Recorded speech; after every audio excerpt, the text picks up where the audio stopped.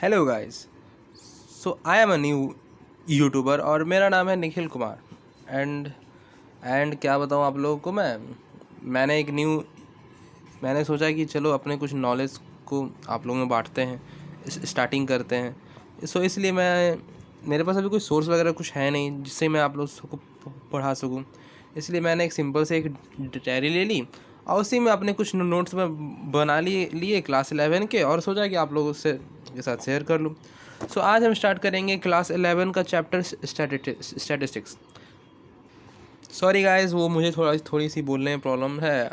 मतलब मैं कुछ कुछ चीज़ों में कुछ वर्ड्स में थोड़ा रुक जाता हूँ, तो प्लीज़ मुझे माफ़ कीजिएगा। बट आज से हम लोग स्टार्ट कर रहे हैं क्लास 11 का स्टैटिस्टिक्स। आप लोगों को पता है कि क्लास 11 में दो चैप्टर्स हैं। दो सॉरी माय मिस्टेक, दो चैप्टर्स नहीं है, दो इकोनॉमिक्स। क्लास 11 के इकोनॉमिक्स को दो पार्ट में डिवाइड कर दिया गया। पहला माइक्रो इकोनॉमिक्स एंड दूसरा स्टैटिस्टिक्स। आज हम स्टार्ट करेंगे चैप्टर 1 स्टैटिस्टिक्स का फर्स्ट चैप्टर इंट्रोडक्शन, जो कि आपका इंट्रोडक्शन है। इंट्रोडक्शन में हम लोग पढ़ेंगे meaning of economics, wealth definition, welfare definition, scarcity definition, growth oriented definition and economic and non economic activities. ये जो मीनिंग ऑफ इकोनॉमिक्स है, इन्हीं के ये चार डेफिनेशंस हैं, जिससे कि चार अलग अलग राइटर्स कह सकते हैं, चाहे आप उन्हें साइंटिस्ट कह सकते हैं, उन्होंने डिफाइन किया है। Let's start. मीनिंग जानने से पहले हम जो इकोनॉमिक्स के जो मेजर प्रॉब्लम्स है, that is major economic problems, जो कि इकोनॉमिक्स में आते हैं। पहला scarcity of resources, second unlimited human wants and third alternative uses. मतलब कि जो रिसोर्सेज हैं जिनसे हम हमारे वांट्स को सेटिस्फाई कर सकते हैं, वो बहुत स्केयर में है। मतलब रिसोर्सेज की बहुत कमी है हमारे यहाँ मतलब हमारे कंट्री में आप कह सकते हो, या फिर वर्ल्ड में इकोनॉमिक्स में स्कार्सिटी ऑफ रिसोर्सेज का मतलब ये हुआ कि जो रिसोर्सेज उनकी बहुत कमी है। लेकिन जो ह्यूमन वांट्स अनलिमिटेड है। मतलब हमारे जो वांट्स है वो अनलिमिटेड है। जैसे कि इससे आप ये समझ सकते हैं कि जैसे आपको कुछ चाहिए, तो और अगर आपको वो चीज़ मिल जाती है तो आप उससे बेहतर ढूंढने की कोशिश करते हैं। इसलिए यहाँ पे कहा गया है कि जो ह्यूमन वांट्स है वो अनलिमिटेड है। मतलब हमारा वांट्स कभी ख़त्म ही नहीं होता है, हम और बेहतर ढूंढते रहते हैं। और तीसरा है अल्टरनेटिव यूजेस। मतलब जो रिसोर्सेज है उनके एक नहीं कई यूजेस है, इसलिए जो इसको रिसोर्सेज की कमी हो जाती है, इसलिए इस रिसोर्सेज स्केयर है, क्योंकि उनके एक नहीं बहुत सारे यूजर्स हैं। ये जो तीनों हैं ये इकोनॉमिक के मेजर प्रॉब्लम्स हैं, जिन्हें कि आप लोग को माइक्रो इकोनॉमिक्स में जो आके आप डिटेल में पढ़ेंगे। Okay, so guys let start with meaning of economics. The meaning of economics is first wealth definition. Wealth definition is introduce by Adam Smith. और ये जो एडम स्मिथ है, इन्हें हम फादर ऑफ इकोनॉमिक्स भी बोलते हैं। एडम स्मिथ के अनुसार economic is the science of wealth. Wealth में आप लोग लग रहा हो कि पैसा, money, but in economics wealth refers to those goods which satisfy human wants. मतलब वो सारे गुड्स जिससे हमारी ज़रूरतें पूरी होती हैं, मतलब हमारे वांट्स फुलफ़िल होते हैं, उन सारे गुड्स को हम वेल्थ कहते हैं। एडम स्मिथ के व्यू के अनुसार economics is concern with the problem arising from wealth getting and wealth using activities of goods. इसका मतलब ये कि वेल्थ गेटिंग, तो वेल्थ को हम अगर दो टर्म में ले तो पहला होगा मनी और दूसरा होगा गुड्स। तो वेल्थ को अगर मनी के टर्म्स में आप समझेंगे तो वेल्थ गेटिंग मतलब कि वेल्थ कैसे आएगा, मतलब पैसा कैसे आएगा, और वेल्थ यूजिंग मतलब पैसा को कैसे यूज़ करना है। ओके, और अगर गुड्स के टर्म में लेंगे तो गुड्स को प्रोड्यूस कैसे करना है। मतलब वेल्थ गेटिंग मतलब कि गुड्स को प्रोड्यूस कैसे करना है, और वेल्थ यूजिंग मतलब कि गुड्स को यूज़ कैसे करना है। वो सारे रिसोर्सेस जिनसे कि ह्यूमन वांट्स को सेटिस्फाई हम करते हैं, उन्हें हम लाएंगे कैसे और उनका कैसे यूज़ करेंगे, ये हम पढ़ते हैं इकोनॉमिक्स में। किसके अनुसार? एडम स्मिथ के अनुसार। Guys, the next part is welfare definition that is given by Alfred Marshall. In previous we see the wealth definition that is given by Adam Smith, मतलब Adam Smith. इस बार जो wealth है उसे थोड़ा और modify करके, मतलब जो वेल्थ डेफिनेशन उसको और मॉडिफाई करके वेलफेयर डेफिनेशन बनाया, जो कि किसने बनाया है, एल्फ्रेड मार्शल ने बनाया है। So according to Alfred Marshall, economic is a study of man or a human in the ordinary business of life. It inquires how he get his income and how he uses it. So in this, the Alfred Marshall ये बोल रहे हैं कि जो पैसा है, जैसे जो वेल्थ है, उसको हम लोग किस तरीक़ा से अर्न करेंगे, उसको हम लोग किस तरीक़ा से यूज़ करेंगे. So it is primarily objective of this definition is so guys, the next part is welfare definition that is given by Alfred Marshall. So in previous we see the wealth definition that is given by Adam Smith, मतलब Adam Smith. So इस बार जो wealth है उसे थोड़ा और modify करके, मतलब जो वेल्थ डेफिनेशन उसको और मॉडिफाई करके वेलफेयर डेफिनेशन बनाया, जो कि किसने बनाया है, एल्फ्रेड मार्शल ने बनाया है. So according to Alfred Marshall, economic is a study of man और a human in the ordinary business of life. It inquires how he get his income and how he uses it. So in this, the Alfred Marshall ये बोल रहे हैं कि जो पैसा है, जैसे जो वेल्थ है, उसको हम लोग किस तरीक़ा से अर्न करेंगे, उसको हम लोग किस तरीक़ा से यूज़ करेंगे. So it is primarily objective of this.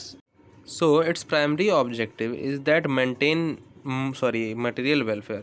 मतलब और मटेरियल वेलफेयर से हम समझते हैं ह्यूमन वेलफेयर. ये है पार्ट है ह्यूमन वेलफेयर. मतलब कि जो वेल्थ है उसको हम किस तरीक़ा से यूज़ करें ताकि हमारा वेलफेयर हो सके, मतलब कि ह्यूमन का वेलफेयर हो सके.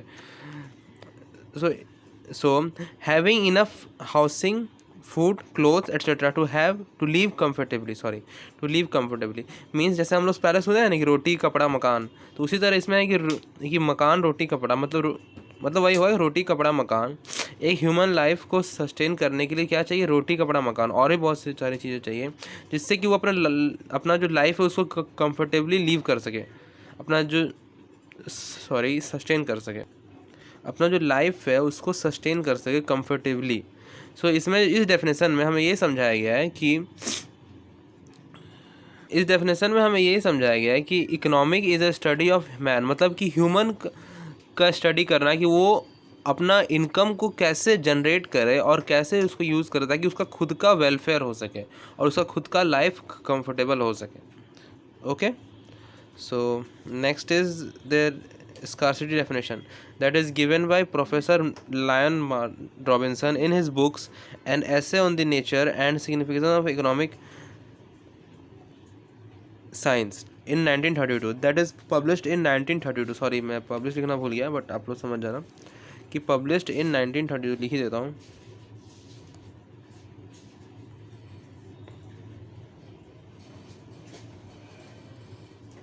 Sorry. So scarcity definition is given by Professor Lyon Robinson. So इन्होंने एक किताब लिखी थी जिसमें, जो किताब का नाम है an essay on the nature and significance of economic science, जो कि पब्लिश्ड हुई थी 1932 में. तो ये तो आप लोग पढ़ ही चुके हो, तो मैं बस रिपीट कर दिया. Okay, so according to Robinson, economic is a science which studies human behavior as a relationship between ends and square means which have alternative uses. So इस डेफिनेशन में सिंपल रॉबिन्सन ने ये समझाया है कि जो इकोनॉमिक का जो रिसोर्सेस है उस पर वो स्केयर है और उस पर ह्यूमन का बिहेवियर क्या है कि वो किस तरीक़ा से उसको रिसोर्सेज को यूज़ करता है ताकि वो अपना वांट्स को सेटिस्फाई कर सके. So here we see that economy is science which studies human behaviour, means कि human behaviour as a relationship between ends and scarce means which have alternative uses. मतलब जो रिसोर्सेज है वो तो स्केयर है, वो तो हमको पता है कि रिसोर्सेज स्केयर है, तो उन स्केयर रिसोर्सेज को ह्यूमन बिहेवियर किस तरीक़ा से यूज़ करता है ताकि उसका जो वांट्स है उसको वो सेटिस्फाई कर सके. और यहाँ पे प्रॉब्लम्स भी ये है कि जो स्केयर रिसोर्सेज है उनका अल्टरनेटिव यूज़ भी है. सो ये सिंपल आपका फॉलोइंग कैरेक्टरिस्टिक बेस्ड है, जो कि हमारा जो कि मैंने स्टार्टिंग में आप लोगों को बताया था कि कुछ इकोनॉमिक प्रॉब्लम्स है. तो ये जो डेफिनेशन है ये आपका इकोनॉमिक प्रॉब्लम्स पे ही बेस्ड है कि जैसे अनलिमिटेड वांट्स हो गए ह्यूमन के, scarcity of resources and alternative uses. मतलब कि ह्यूमन के अनलिमिटेड वांट्स हैं लेकिन रिसोर्सेज स्कैर्स है और रिसोर्सेज के अल्टरनेटिव यूज़ भी है। तो ह्यूमन का बिहेवियर क्या होगा, ह्यूमन का प्रोसेस क्या होगा जिसके थ्रू वो अपना वांट्स को अपने वांट्स को स्केयर रिसोर्सेज से सेटिस्फाई कर सकें। मतलब कि रिसोर्सेज का किस तरीक़ा से यूज़ कर सकें ताकि उसका वांट्स सेटिस्फाई हो सके। सो जैसे कि एग्जांपल आप समझिए कि एक लैंड है, मान लीजिए एक लैंड है, तो लैंड का जो यूजेस है वो तो बहुत सारा होता है। हमें पता है कि लैंड को आप लोग पार्किंग वगैरह, मॉल वगैरह बनाने में यूज़ कर सकते हैं, एग्रीकल्चर में भी यूज़ कर सकते हैं, मतलब बहुत सारे यूज होते हैं। लेकिन लैंड तो हमारे पास एक ही है।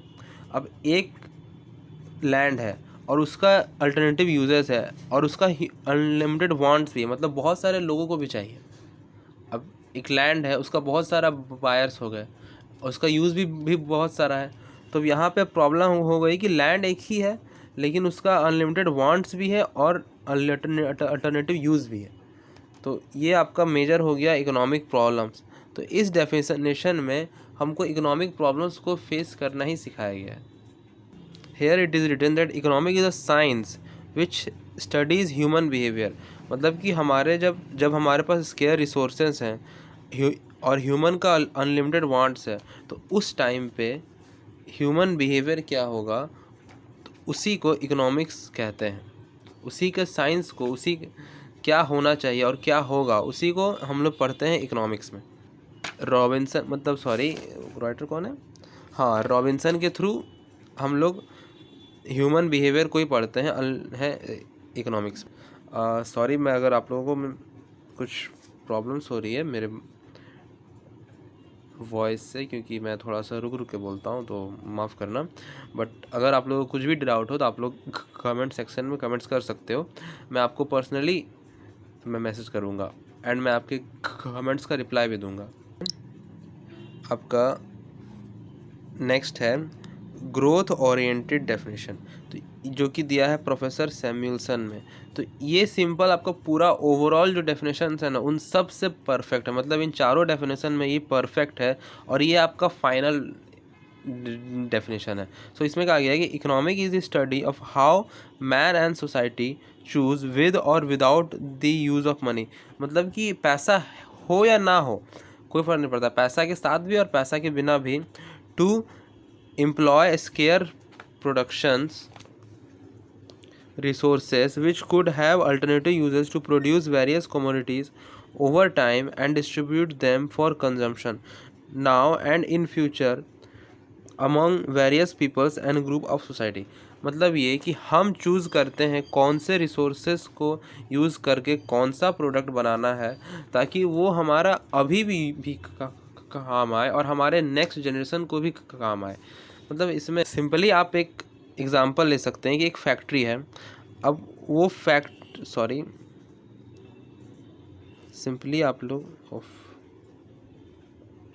सिंपली जैसे कि एक फैक्ट्री है। अभी एक फैक्ट्री में फैक्ट्री के पास कुछ इनपुट्स हैं, मतलब उसके रॉ मटेरियल्स, फैक्ट्री उसके इनपुट्स की एक फैक्ट्री है और उसका इनपुट मतलब उसका रॉ मटेरियल। अब उसको उसका इनपुट को किस तरीक़ा से यूज़ करना है ताकि उसका जो प्रोडक्शन है वो बढ़िया रहे, मतलब कि उसका प्रोडक्शन इतना रहे ताकि वो ह्यूमन वांट्स को सेटिस्फाई कर सके। और बल्कि हम जानते हैं कि हमारा जो रॉ मटेरियल है वो स्केर्स में है, मतलब रॉ मटेरियल का हमारे पास कमी है। तो हम कौन सा प्रोडक्ट बनाएंगे ताकि उसका प्रोडक्शन भी सही तरीक़ा से हो सके और हमारा जो ह्यूमन। Sorry for interruption. यहाँ हम समझ रहे थे कि जैसे एक फैक्ट्री है और उसके पास इनपुट्स हैं कुछ स्केयर में, मतलब उसके पास कुछ ही इनपुट्स हैं, तो उसको उस इनपुट्स को किस तरीक़ा से यूज़ करना है ताकि वो प्रोडक्शन कर सके और वो जो प्रोडक्शन है वो ह्यूमन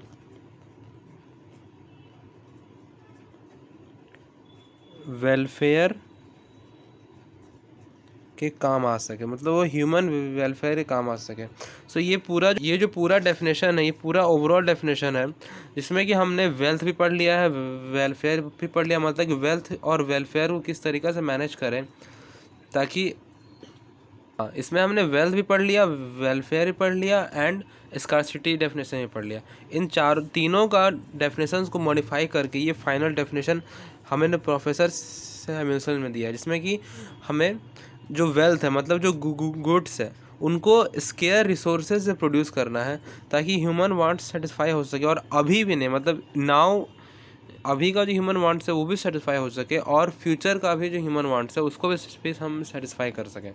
इस डेफिनेशन में ये इन चारों का जो डेफिनेशन है उनका कंक्लूजन हमने ये निकाला है कि economic is the study of how people and society choose to employ scarce resources that could have alternative uses in order to produce various commodities that satisfy their wants and to distribute them for consumption among various persons and group in society। मतलब ये कि यहाँ पे आपको production तो करना ही है, but उसका कंजम्पशन भी करना है, जैसे कि जो प्रोडक्शन हुआ है उसका कंजम्पशन भी तो होना चाहिए ह्यूमंस के बीच में, तभी तो ह्यूमंस का वांट सेटिस्फाई होगा। So here is the final definition of economy. So that's all for today's lecture. And अगर आप लोगों को ये जो मैंने लिखवाया है, ये जो भी आपके नोट्स हैं, इसे मैं PDF के फॉर्म में मेरे टेलीग्राम चैनल जो कि डिस्क्रिप्शन में दिया हुआ उसे मैं डाल दूँगा। So like this video and subscribe my channel at last. और अगर मैं ऐसे ही वीडियोस, बहुत सारे वीडियोस, अभी तो थोड़ा सा रिसोर्सेज कम है, तो इसी तरह डायरीज़ में मैं आपको नोट्स लिखवा दूंगा और उसी नोट्स से मैं समझा दूंगा। और ये जो नोट्स हैं ये मैं आपको मेरे टेलीग्राम चैनल पे भी प्रोवाइड करा दूंगा इन PDF वे में। मतलब उसमें क्या होगा कि जैसे लिखा हुआ नहीं है, लिखा हुआ है ना, तो इसी को मैं PDF वे में टाइप करके मैं अपने टेलीग्राम चैनल पे भेज दूंगा। सो आप लोग उसे भी ज्वाइन कर लीजिएगा। Thank you so much.